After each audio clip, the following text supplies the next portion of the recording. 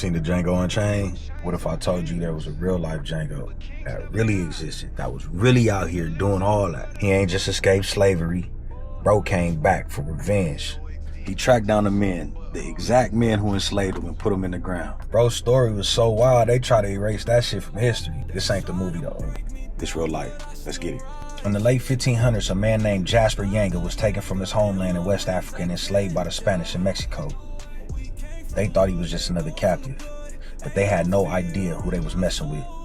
Yango wasn't just any enslaved man. Bro was a fucking prince, bro. He had warrior blood in him, and he wasn't about to die in no chains. And in 1570, my boy made his fucking move. Yango broke free from the plantation with a group of other enslaved men.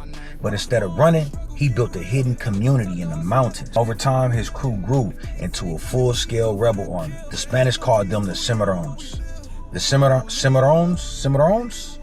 The Spanish called them the Cimarrones, runaways. But they weren't just hiding. They was hunting. From their mountain base, Yanga's warriors ambushed Spanish caravans, raided plantations, and freed more captives. The slaves owner tried to erase them, but they couldn't be stopped. Sound familiar? This is the blueprint for every escaped slave uprising in history. Every single one, this is the blueprint. By 1609, Yanga's rebel force had grown so strong that the Spanish had no choice. They had to send a full army to wipe them out. They had to. For years, Yanga's people held off the Spanish by using guerrilla warfare. They set traps, they ambushed supply lines, and they straight up outsmarted these niggas. The Spanish couldn't fuck with these boys, you understand? Black excellence, even back then. Even though they were outnumbered and outgunned, they refused to surrender. Bro wasn't just fighting for freedom. He was fighting to take back that control. Remember, this man is a prince. After years of battle, the Spanish finally gave up and did something they never did before.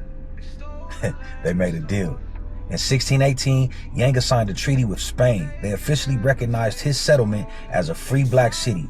Yanga became the leader of the first free black town in the Americas. He ain't just escaped slavery. Bro built a nation, you understand me? Yanga and his warriors weren't alone in the fight. They had allies, the indigenous tribes of Mexico. These is native groups that joined forces with Yanga, and they helped them to navigate the land and fight the Spanish forces. You had runaway slaves from other plantations. You had Spanish clergymen who opposed slavery. Some Spanish priests argued against wiping out Yanga's community and helped negotiate peace instead of war.